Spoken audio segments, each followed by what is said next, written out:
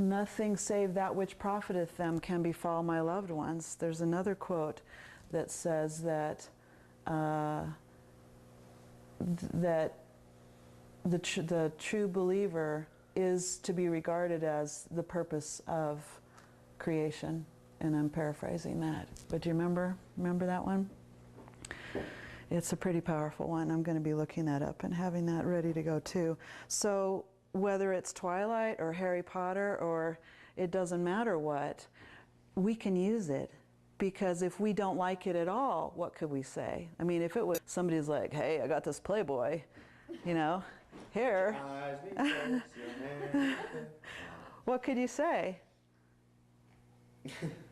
Oh no, that's not good. Yeah, but you could say that. See, that's why we're dealing with this now. We need to practice this because we don't want to put down the other person. But yes, here's a teaching opportunity because this is exactly what we don't believe in. How are we going to deal with that lovingly? How could we use that? Nothing save that which profiteth them can befall my loved ones. So here's this opportunity. I find Playboy really troubling because of the way it treats women. Beautiful. Does that put down the reader of Playboy? No, it should open up a conversation, right? I have a hard time with how it depicts women. I feel like that would be indirectly calling the readers sexist. You know what? If they're reading Playboy, they're not worried about what people are calling them, right? You know what I mean? I mean, it's kind of like beyond that, right? But it's a good question. Are we calling them sexist? Or if we want to make it even more gentle, we could say something like, I read an article once by a woman who was a model for that and the trouble that she went through because of how people looked at her after her photos appeared in that magazine. Right? That kind of removes it a little bit. Now, whether you have or whether you haven't, or you could just say, I wonder how they, right? These are things we need to think about. The antidote to fear is knowledge, friends. So if we're afraid to go somewhere, right, in a conversation, if we're afraid to talk about cocaine or Playboy or all of the bad stuff, right, we're going to have a hard time gaining any traction with people who don't know what they think or are trying those things or thinking about trying them or are trying them now. Not that we need to go in and start trying to teach drug addicts as a project, you know, but there are people out there who are struggling mightily with these things and need somebody who's firm in themselves but loving, right? The Universal House of Justice says frank but loving, frank but loving, frank but loving. This is something I chant to myself when I'm faced with a difficult conversation. What's the most loving way, but I can still be centered and firm like Abdu'l-Baha? He couldn't be pushed around, right? The taxi driver in Ramleh, right? That's in my book, Book A. Another kind of gentle way to say that might be, because I actually did see this documentary recently.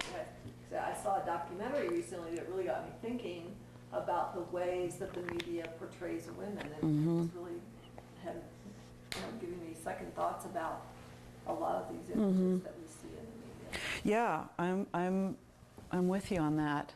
So some of these are kind of, you know, adult topics, and they might not be suitable for, you know, all kinds of conversations. That's another reason why we need to think and practice ahead of time so that we can say something short and sweet, right? Something pithy, something that lets people know where we stand, but we're not judging, we're not judgmental. That's a trick, isn't it?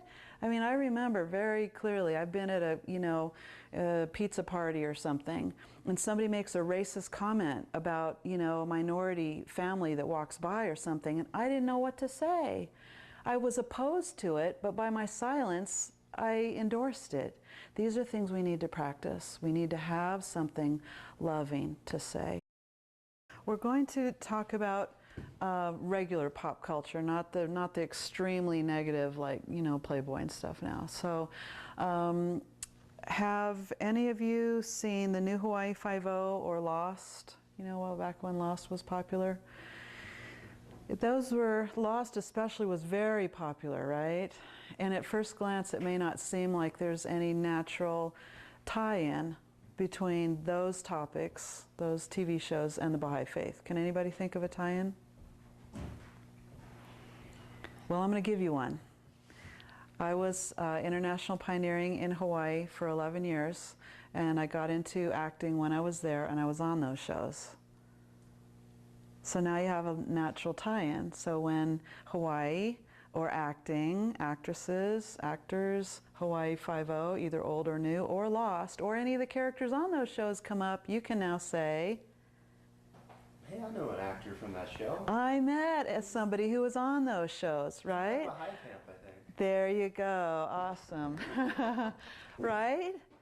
And so it's not too threatening, right? And then if you just like keep it short and then let them have their turn, they can take it any direction that's natural, right? It needs to be a natural, loving conversation. So they could say, really? Where did you meet her? What did she say about the, or, you know, or they could say, Baha'i, what's that? And then you say, A wonderful world religion working To peace. for world peace. power clap.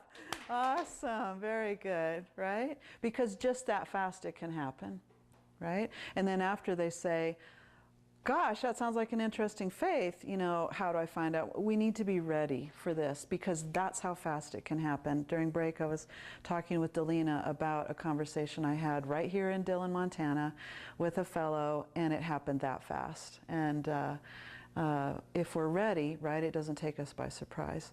So let me tell you so that you have more tie-ins, okay, using that same line. Let me tell you what else I was in. And everybody watching the videotapes as well, to take a listen to this. So I was in the movie Princess Kaiulani, which was about the Hawaiian monarchy. And yes, I was in the whole period outfit costume with the bows and the elbow-length glove and the parasol. And I got a lot of FaceTime in that movie. So now that you've seen my face, if you go and watch that movie, and then anything again that comes up about Hawaii, kings, monarchies, overthrow of governments, right? You can, you know, kind of just steer this conversation and say, I knew somebody who was in a movie about the overthrow of a monarchy. See how it works? It's not too hard, right? But the scene that I'm in is the key scene where the princess is petitioning and speaking out for the rights of her people to vote and remain involved in the governing of their country. And I'm right across from the Queen Mother, okay? So, and my real husband is sitting next to me with the white hair. That's my real husband, and he's a Baha'i too. So, if it ever comes up about husband and wife acting couples, all right, you can steal that one. I was in a Capital One commercial. Did y'all ever see the commercial where they're on the beach and there's the twin Bo Dereks running with the Vikings? Yeah. Yeah, I was in that, okay? So anytime credit cards or, you know, Bo Derek or the Vikings or, okay, right? See how this works? And you just say, you're reminding me, I met an actress that was in that commercial, and, right? This is how this kind of thing can work. Fun, low-key. I was in a Burger King commercial. Upcoming movies that I'm going to be in is The Descendants. My whole family, well, me, my husband, and my youngest son are in that. And unless they cut our whole scene, we're the dorky family going to the family reunion in the yellow T-shirts. Will Smith, Jada Pinkett Smith, little, what's his name? That was in The Karate Kid, the new one? Yeah, Jaden? Yeah. Okay, right, so that's an acting family. So whenever any of those come up, or any of the movies those people have been in, you can say, I met a lady that's part of an acting family. Does this make sense? Yeah. All right. Battleship, okay, so now they've started making movies out of board games, right? So I was in the movie Battleship. I'm an injured soldier. If you want to stick around later, I'll show you some of the photographs of me. You probably won't see me clearly. I decided I would be one of the ones screaming down in the lifeboat. So you may hear me. They may keep my sound. I don't know. But it was gnarly, and it was hairy, and it was scary to be in that one. There's another movie being released shortly called You May Not Kiss the Bride, and that's with Tia Carrere, if any of you know her, and Rob Schneider. Rob Schneider tends to be in really slapstick, kind of raunchy, comedies, and so this one is no exception. And my husband and I are the token old couple at the resort, and yes, I got paid to kiss him.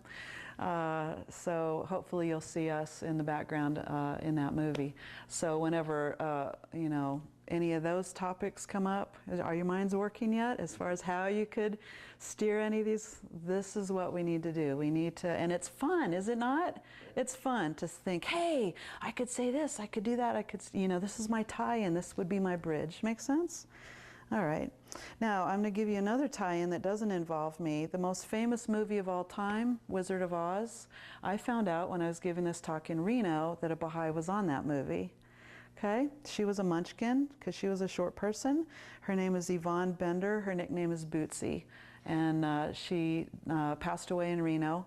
And so she's no longer alive, yeah? But so whenever any of those things come up, Wizard of Oz, Munchkins, Yellow Brick Road, we're not in Kansas anymore, Ruby Slippers, Toto, any of those come up, you all would say, Hey, I know behind that show.